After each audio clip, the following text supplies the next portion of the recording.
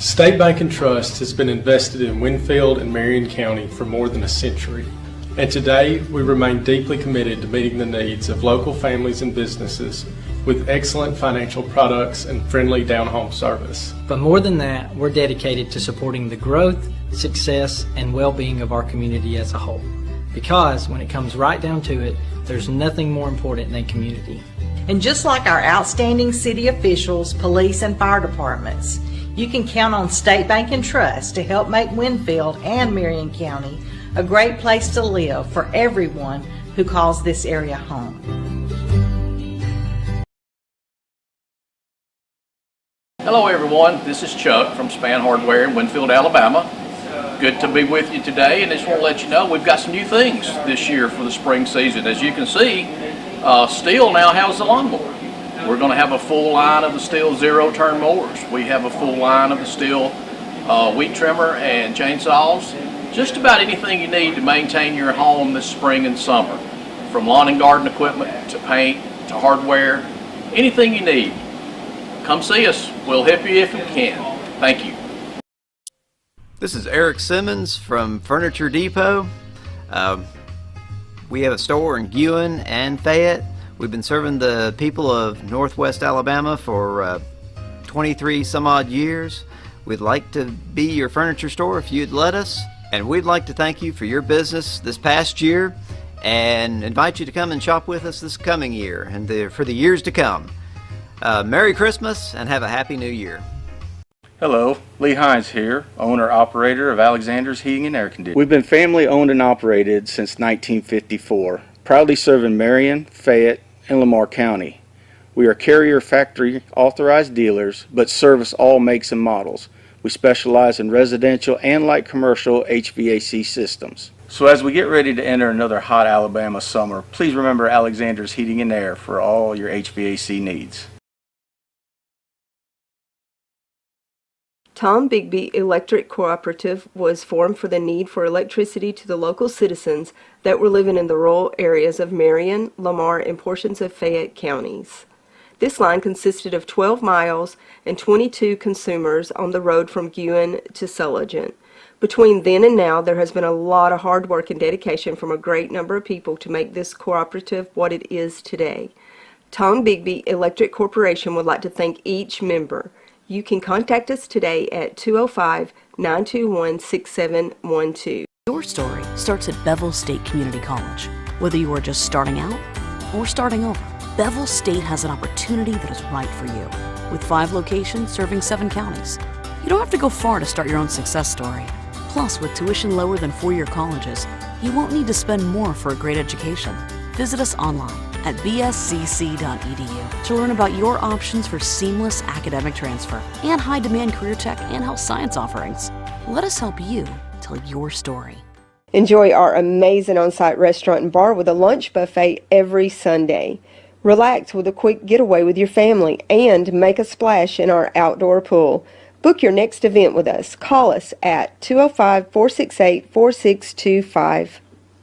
At Bowen Funeral Home, we understand the importance of a personal commitment to provide quality services and products with value to meet every family's need. You'll find very caring professionals that truly desire to offer dignified service and true value that families need and desire during the loss of their loved one. With our newly renovated facilities, services, and quality merchandise, you can rest assured that we stand ready to meet the needs of your family in honoring lives lived. Bowen Funeral Home is located at 981 Alabama Highway 253, just south of Winfield High School. Call Tommy Bowen, Certified Funeral Service Practitioner, at 205-487-4327.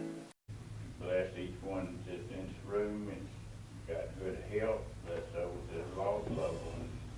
And praise us in the name of Jesus. Amen.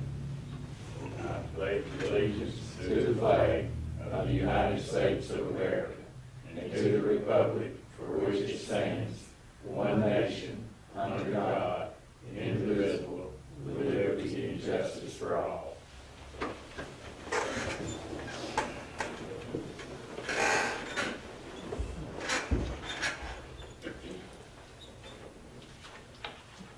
I'd like to welcome everybody to the October 22nd Winfield City Council meeting. Mr. Pollard is out, I think, on vacation this week, so he won't be here tonight. We have moved the meeting to this time because we got actually 2 members who are going to be out at the other meeting, so we moved it and we got it down from 2 to 1 by moving it to this time. First item on the agenda is approve the minutes for October 1st, 2024 council meeting. I need to ask for a motion to approve the minutes. Nobody has a problem with the way we've got them written to be recorded.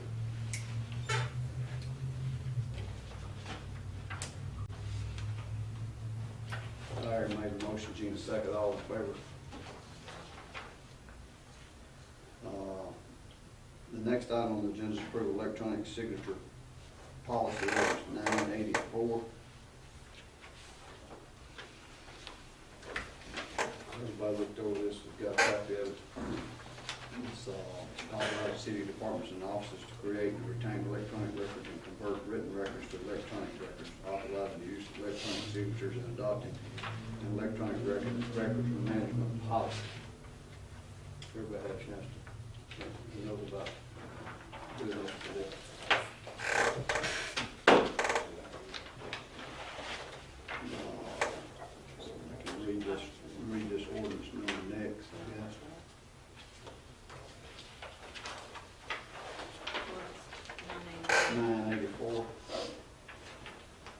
Whereas Alabama Uniform Electronic Transaction Act, UETA, coded at Alabama Code 1975 8-1A-1, extended sequence, authorizes the City Council to determine whether and the extent to which the city departments and offices will create and retain electronic records and convert written records to electronic records. And whereas the UETA grants authority to City Council to determine whether and to what extent city departments and offices may use electronic signatures in the conduct of official business. And whereas the UETA specifically empowers the City Council to adopt rules and policies for the creation, protection, maintenance, preservation, and storage of electronic records. And whereas a proposed electronic records management and imaging policy has been prepared by the city staff and presented to the City Council for approval. Now therefore be ordained that by the City Council, the City of Winfield, as follows: authority to have fullest extent permit UETA is subject to limitations and rules and policies adopted in Section 4 below. City Council hereby authorizes city departments and officers to create and retain electronic records and to convert written records to electronic records and to send and accept electronic records and electronic signatures to and from other persons who otherwise create, generate, communicate, or process, use, or rely upon electronic records and electronic signatures.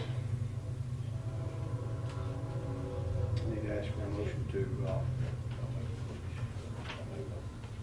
made a motion, Ken, second. Hey, you need to be one of those readers on those disclaimers on those commercials. Yeah, it's truck commercials. 30-second disclaimer there at the end. Yeah. Got a motion and a second right here, and they're all in favor. And this is, let me say this to everybody, this was something that was basically, chiefly, if I'm not mistaken, something we were required to do because of law enforcement activities. For us to continue to access a certain law enforcement database, we had to have a records policy in place or we could not continue to. That's correct. And I mean, I think it's, you know, most businesses are adopting a records policy, but this one was kind of... Well, everybody's going to electronic. Right. Just because of the easy storage, putting it on the cloud, what have you.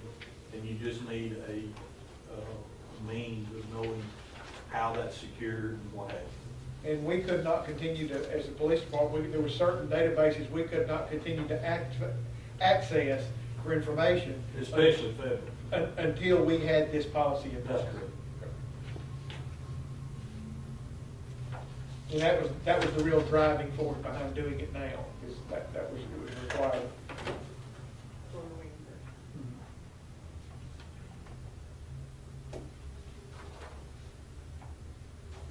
The next item on the agenda is library approved application to file for articles of incorporation. You want to explain that to us, Regina? I've been working with Todd and the board, and we are trying to get us established with a Friends of the Library group. Mitzi West is going to be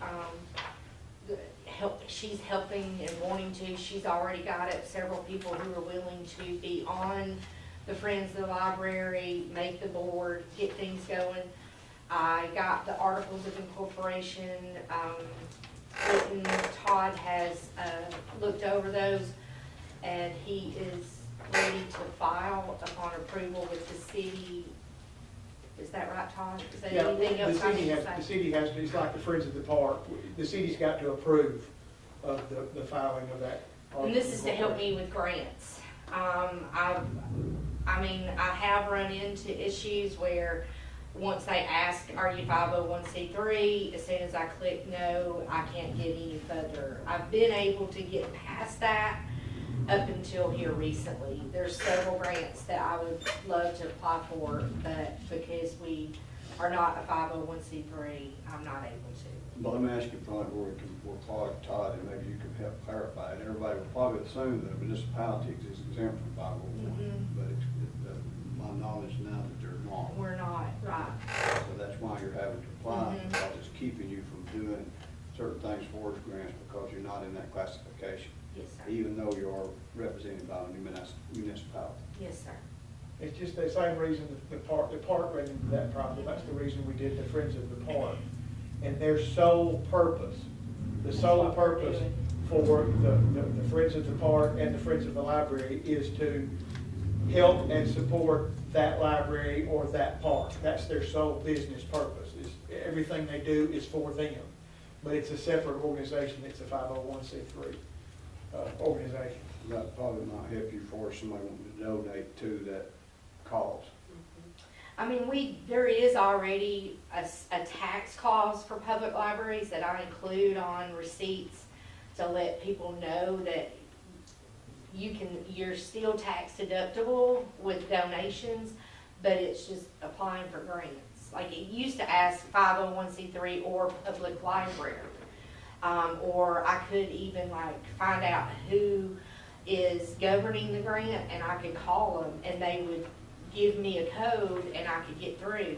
I've tried that this year on several and they say they're not allowing that anymore, that we have to be a 501c3. I need to ask for a motion to approve that. Gina made the motion, Larry second, all in favor. Thank you very much. Okay, 24, Mayor, 25. Regina, get us up to date on what you were saying a while ago about the pilot. Oh, I was just letting you guys know that they, today they did several interviews.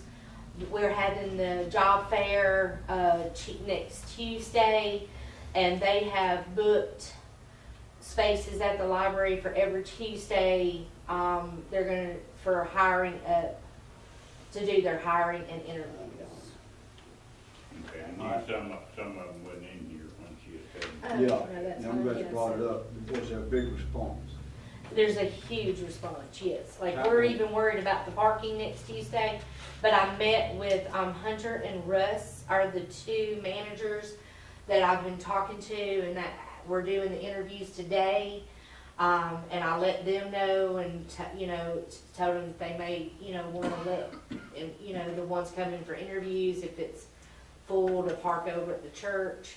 I'm going to put some signs in the back for next Tuesday to let them know they can park in the grass spot. But yes, the post that we did to announce the job fair, I think it's like hit over 3,000 shares, and people are calling, asking questions.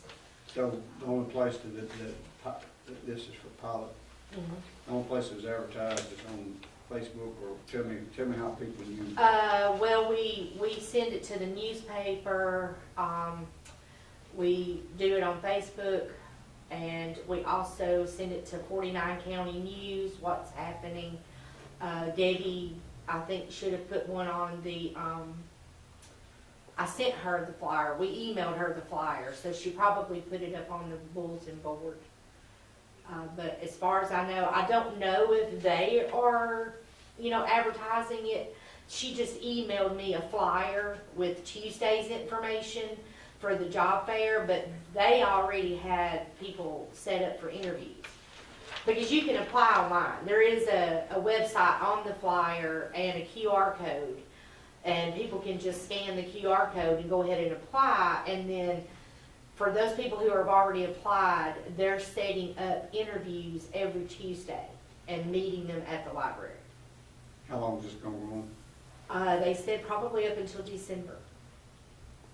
Because they wanted to, we've already got the conference room kind of booked on some Tuesdays, but I've got them a nice spot set up in the genealogy section in the back, and it's, they were fine with it, because we had Lego Club this afternoon, and the last interview they had to do it in the genealogy department, but it's in the back, so they're not out front, and it's private still.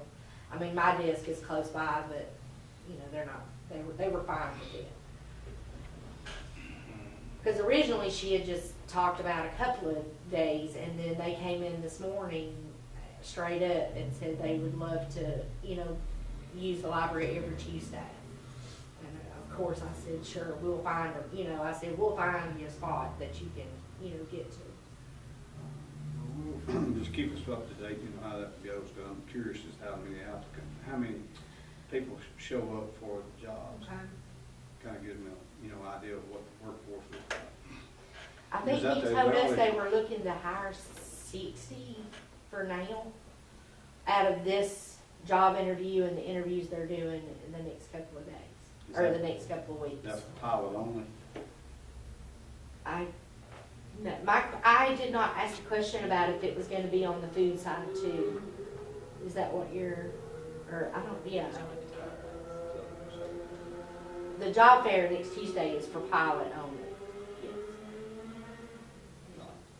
Not a good deal. Just let us know if there's anything that we can do for us. If you don't have enough space or whatever, we can make sure that we... The church is always really good, about letting us use their parking lot when we need it. And I called them this afternoon already to let them know that next Tuesday we might have, people parking over there. But thank you. Yeah. All right. Next item on the agenda is 24-25 budget. I don't know how James and Larry, how y'all are moving forward with approving that budget. I've been kind of hesitant just a little bit to kind of see what comes in that might need to be put in for what we're doing up here at the interstate, for the road that we're paving, and the road, Marcus Drive, and then 129. I didn't want to mess Mike's budget up by doing that, but I mean, I'm okay with the way the budget is myself right now, for the way he's got it filled out, got it presented. But we got other things that we're still looking at. I mean, I'm okay. You don't really have a set time on that. We have to have that by, do you, Mike? Sooner the better, but no, I don't think there's a drop dead time. It's going to, this paving project that we're doing right now had to be pushed up to the next council meeting to approve the bid because it was late getting it in at the paper.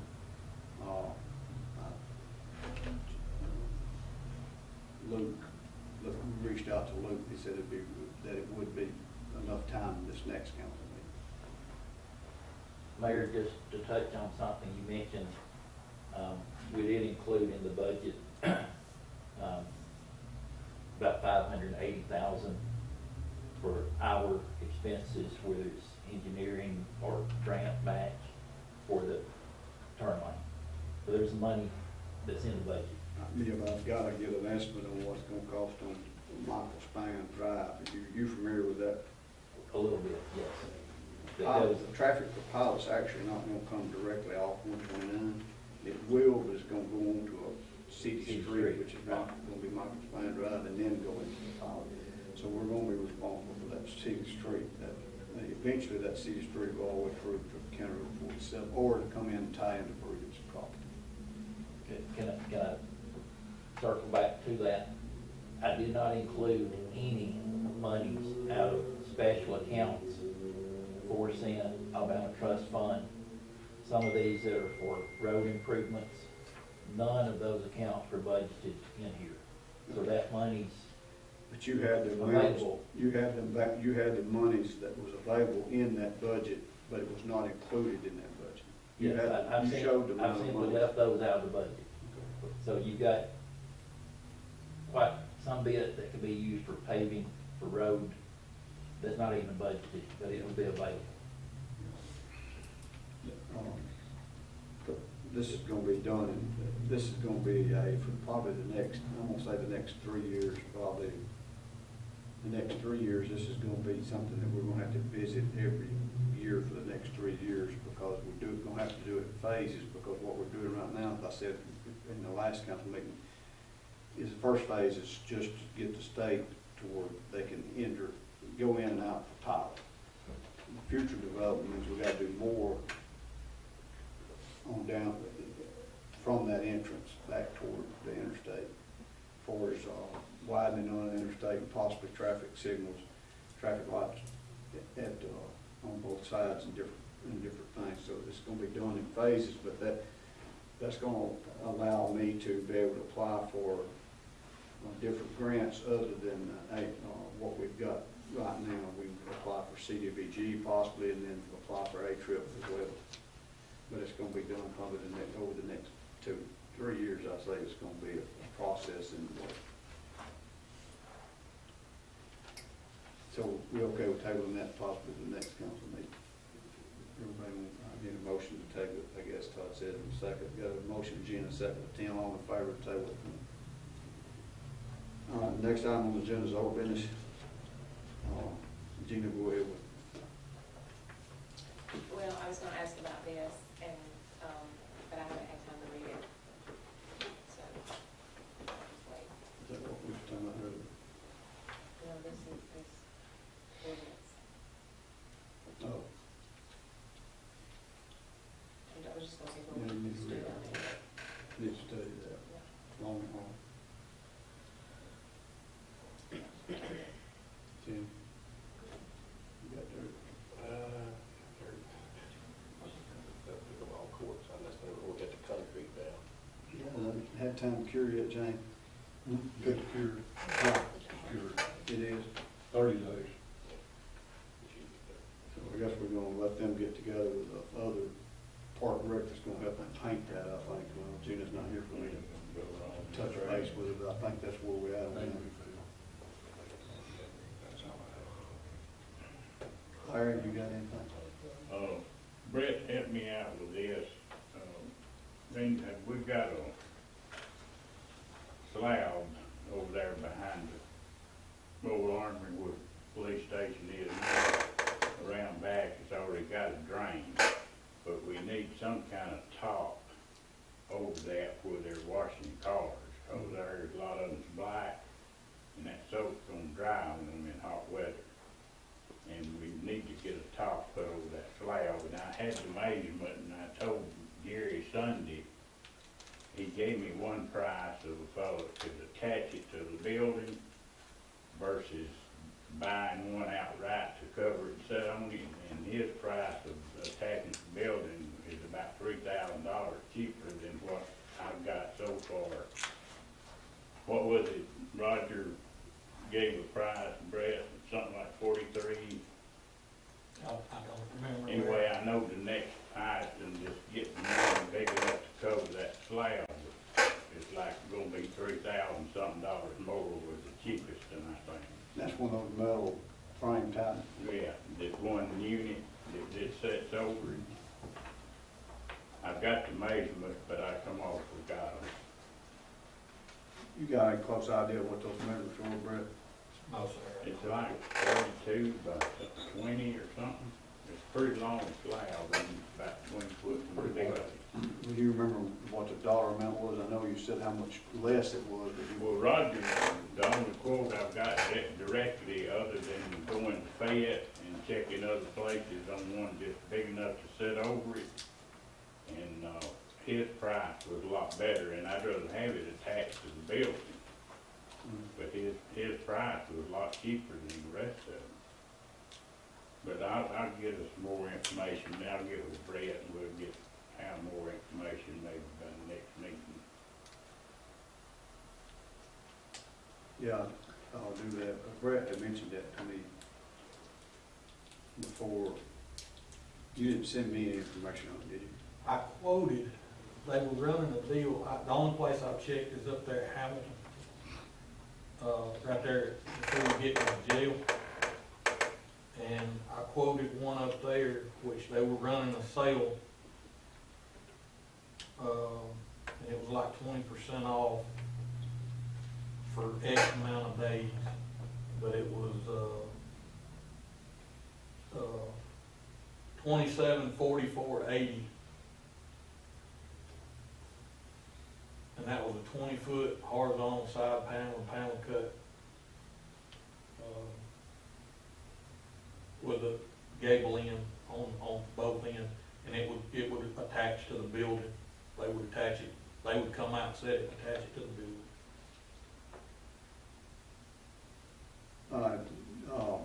How about get the prices of what you have with Roger? I guess it's Roger Morrison. Yeah, I guess so. Gary was handling that, so I don't know. Get those and bring them back before the council where we, I agree that you need something over that wash pad. Let us see what the price is to compare it to. Yes, sir. I guess his have a metal roof on it. No, it's all metal.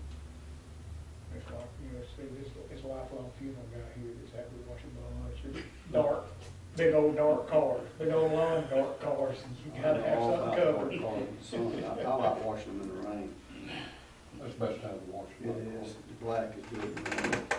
You have near as many water spots on it. You got anything else, Larry? That's it. I'll have anything. I need to go to the next, well, I brought us up to speed on the paving project. I'd like to, this kind of, business, I guess, Gina was there, and Larry was, and James today. Up here at the school, they started this new stadium. When you come off 14, you turn right, going west, you turn right at the elementary school and go over here to Columbus Loop. Columbus Loop comes back around over on 14.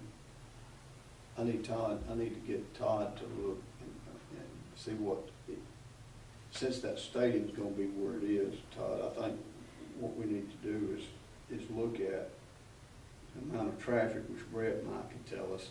I think for safety reasons, the only traffic that comes down that in the afternoon mainly is the traffic for softball games, baseball games, school events, and then when they have the pickup line that comes out of the school, out on the side of the elementary school, they turn and go down that street. And when the buses comes through in the morning, they turn and come down that street. Being on that street before myself, in that line or whatever,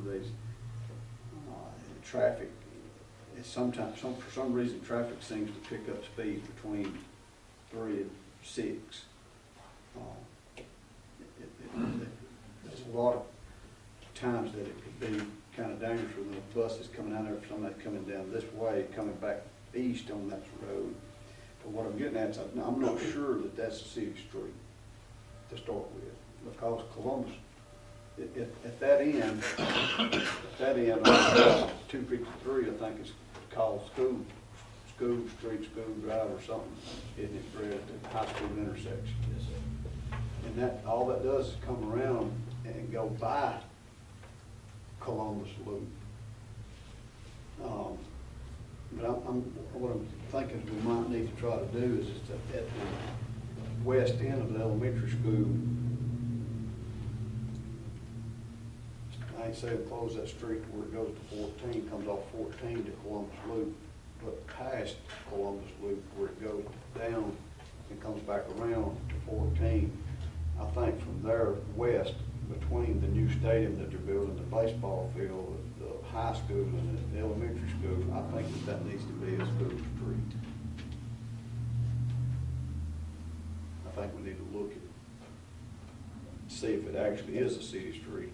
If it is a city street, I think we need to consider letting the school control that street. Because they asked today about closing that road I got a phone call as well. I told them that's where they need to start, was with you when they come to, and I told them about the parade, not knowing where we're gonna go, not contacting them because of different ones, not knowing who they need to contact, when they need to contact them, when they wanna close the street, and I made them aware of them closing Community Street when they had the band deal going on, and nobody knew nothing about it, people coming down there trying to turn, so it needs to be a communication thing. Correct. And with me and Mr. Tommy talked about that, they agreed. But there's so many people that has events going on that think we throw a barricade up and block this street, but they need to notify the right people. Especially if you've got officers coming in on overtime or coming in that's gonna be at an intersection, they're sitting at an intersection, didn't know nothing about it because they changed the schedule and moved it somewhere else. I mean, it's common courtesy to work with everybody to where we're gonna need you at and what time we're gonna need you, instead of sitting there and nothing happening. But we're all on board on that. But I need your thoughts on that for us, because I mean, it really, since we're having that new stadium, the new facility and everything put in there, it's gonna be school on both sides, which it really already is, but it's really fixing to be a lot more traffic. And you know how they are, they, from golf cart from one place to the other on the campus. I just don't want to see anybody hurt because of that street being open. So you're talking about closing it right there where that road goes off to where the McDonald's. That's from where there. Columbus Loop actually goes. Yeah, it would go from 14 and then it would turn right and go back around. And everything in there in behind the school all the way up would be. Exit up here on 253. Would be school. School would be how to control of that street. Well, the road that comes, correct me if I'm wrong, but the road that comes off of that enters into Baker Street, dumps into Baker Street, isn't that gated? Can't the school, doesn't the school have it's not gated there, they can't close that off? I thought there was a fence up there and they could actually close a gate off to keep people from going through that way. No, we voted about 2-3 years ago, 4, to put stop signs there because there was no stop signs. When you come up Baker, right there where Miss Holland lived, actually where it goes right toward the new facility, that intersection right there with the fence, there's a fence on both, the school's fence runs. But there's not a gate there to close that road out. No, there's a lot of traffic now. Well, how did that road get opened? I mean, I don't remember that. That's before me. I don't remember that. I don't remember that road getting opened because Baker Street used to end and turn left, and it was just before the school was there. It was just basically a circle through that subdivision. It didn't go through. And then we added on to parking for softball, baseball, and when we added on for that parking, Stowall and them come in and put a cover down there. They've added on all the way over to Baker from the baseball field. That parking extended that parking, and it's all just kind of merged into an exit or an entrance off Baker to that. Okay, so they've done when they redone the track and made it to where they could have track events up there. Now, when they have those big track events, those have turned into they've turned into a big deal. Mm-hmm. And when they bring buses and stuff up there, they have nowhere else to park other than down that road. And I've told them, you gotta do what you gotta do. Even filling up all that parking spot that's at the elementary school, they still are running out of places to park. And they're parking on Baker Street? No, sir, they're parking on that street that we're talking about. Street from Columbus to 253. Oh, yeah. Yeah. Nobody's on Baker. See, that when you have softball games. Okay, now that Bay Street that runs through the baseball and softball to Berkeley Avenue. I know that, or to but is that a city street or is that just school? I don't think it needs to be a city street. We've got it on here as Bay Street, but I would think that's just the city's never kept that up. Okay, that just needs to be, that don't even need to be named, but that's just like a drive that goes through. That shouldn't even be a street Between name. the batting cage and the softball. Yeah, that shouldn't be named street. That's just, and it ought to be gated such that they can at times the school can see, not us, but the school can just close those off and prevent traffic from going through there. See, that's another thing that's getting at. If they control it from up here at the high school, all the way over to the elementary school, they shut that gate that comes down beside the elementary school that ties into that road. They shut this gate. Yeah. If they control it there and control it here, it's a whole lot safer for what's going on with that school. And if they take care of that Bay Street you're calling about, that's gonna be even more safe. And it's gonna make it even safer. See, last year, they took those elementary school kids and walked them down the street to the softball games, to the high school softball games. And I shut it down then, because they wasn't no way I was gonna have it. Okay, so when I was going down 14 the other day, going home, buses were coming out, and they were coming out on Baker Street, turning back. They were coming out Baker Street, and they were turning left on 14. Okay, Right. but there were cars. There would be 2 buses, and there'd be 3 or 4 cars, and then 2 buses. Right. Why is that? I mean, why? Most of those are students coming out the back way to keep from coming out on 253. Like they're going back toward 129. So that's traffic coming off of high school. The school. Yes. Into Baker Street. That's not traffic. It's just. That's See, high they school. need that needs to be a gate 22 there to mile get bus cut comes that through off. there. Well, the buses are fine if they just let them come one. Yeah, if they'll just let them come one at a time. Well, they're usually but 2 because of the routes. Okay. And the reason is they don't go up here, sit, come down, and then turn down 14. They go that way to get a head start down 14. Well, it's set forever if they come down 14. Okay, well, I got another idea. If they're coming up Columbus, which is when they come out at the school, they're coming up Columbus, and they're turning there on Baker. Well, Bay, that they control, that's right there between the 2, all they've got to do is put a cut through right there, and they can come there, and it's just buses, it's just school traffic, it's not anything else. They're not entering the public, they're getting on 14 at Bay Street, which is there at the baseball field. It's just buses, it's just school folks. Why couldn't they do that? Create that connection. They just started. And close that off at Baker.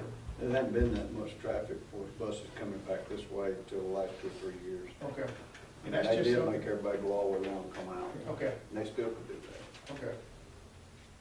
when they leave. Well, I was just surprised to see that there were 1 or 2 buses and then cars sprinkled in and then more buses. I'm like, I thought That is where they're letting elementary kids get on, or high school kids getting on before the buses get to release. It needs to be where the buses is out of the school, period, before they release any students to car riders, and that's my opinion. Yeah, I agree. And that's why they won't be mixed up. Okay. So that was school traffic, Yes, sir. mixed in with the bus traffic? Yes. Okay, okay. But I need to see what the thoughts is on that and let the council look at it. You can see if it's even actually a street, but I think we need to consider that all this is going on, the construction's going to be going on, especially in different things, just let them, we can make ours, where they can come on 14 down to Columbus. Where Columbus actually turns and goes down by the McDonald property because it's a loop and it actually loops back out onto 14. That's the reason it's called a loop. Correct. That it ought to continue to do that, and all that other stuff ought to be something else. I think most all that has happened just like it did at Gateway, where that street ended. And then when Mr. Walker built that park, he let that street go down in on his property. That road actually ends, correct me if I'm wrong, Brett, that road actually ends right there behind Gateway, and down by Gateway, out to McDonald's and AutoZone. That's not a street. That is not a city street. No, I know that. It's not. It's not, but it is. It's used. Yeah. But it wouldn't be no problem to stop it and put a dead end, sign it dead end down there, and like it was before that supermarket was ever built, if that's what somebody wanted to do. Because I'm gonna tell you, that knoll there at It's going out. where Keith Overton and the other, that, an engineer never would allow that to happen, because it's. That's why there's 2 speed breakers down there. Yeah, it's just like, you can't see, Because it's a until cut you're up through. on the very top of it, you can't see nothing. It's a cut through. Yeah, it's what it is. That's exactly what it is. And that's what Columbus Loop's turned into, I'm gonna Chief. cut through there because it's used as a street. Columbus Loop's turned into that. Yeah. They'll cut through from the high school, come down Columbus Loop, and come to 14, instead of going all the way down here and going around, they'll just use that as a cut-through road. That's what I'm getting at. And that don't need to be that way. All those kids on both sides of the road. Yeah, it don't need to be that way. But let's study on that and we'll bring that back up at the next council meeting.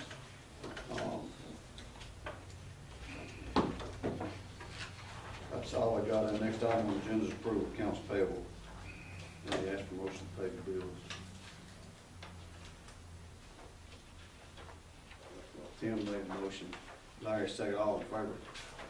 I need to ask to go into executive session to discuss a business matter. With council. We won't take no more action. We'll come back in and so that'll be all we have on. That's all that. That's all the city business we're gonna have tonight. Got a motion from Tim, second by Gene, all in favor. State Bank and Trust has been invested in Winfield and Marion County for more than a century. And today, we remain deeply committed to meeting the needs of local families and businesses with excellent financial products and friendly down-home service. But more than that, we're dedicated to supporting the growth, success, and well-being of our community as a whole.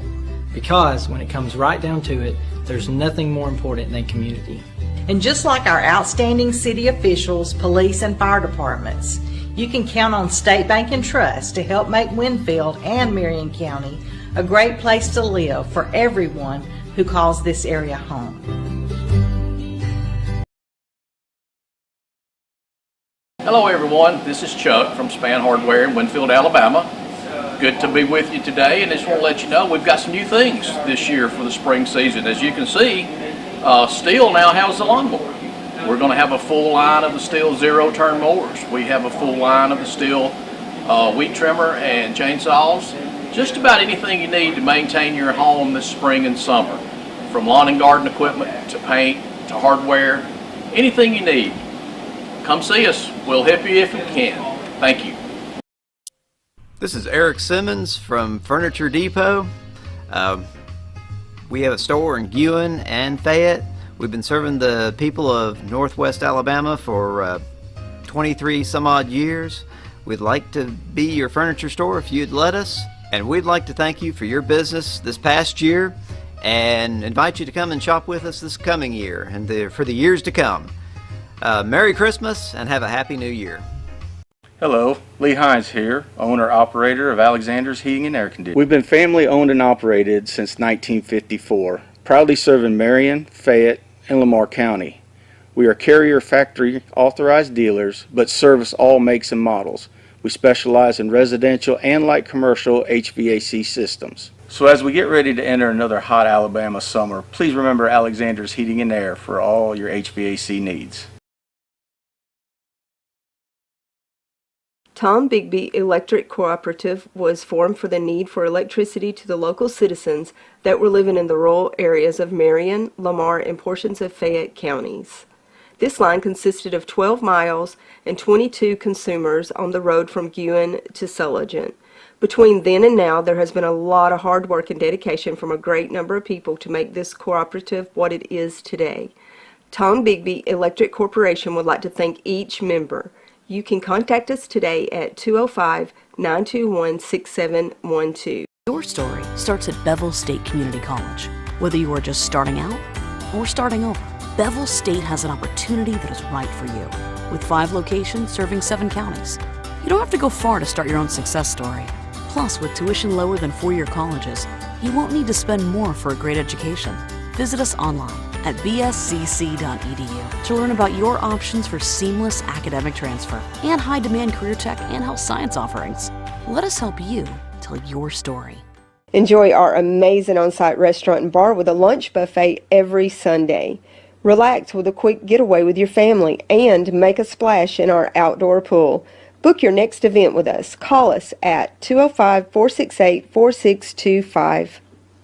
At Bowen Funeral Home, we understand the importance of a personal commitment to provide quality services and products with value to meet every family's need. You'll find very caring professionals that truly desire to offer dignified service and true value that families need and desire during the loss of their loved one. With our newly renovated facilities, services, and quality merchandise, you can rest assured that we stand ready to meet the needs of your family in honoring lives lived. Bowen Funeral Home is located at 981 Alabama Highway 253, just south of Winfield High School. Call Tommy Bowen, Certified Funeral Service Practitioner, at 205-487-4327.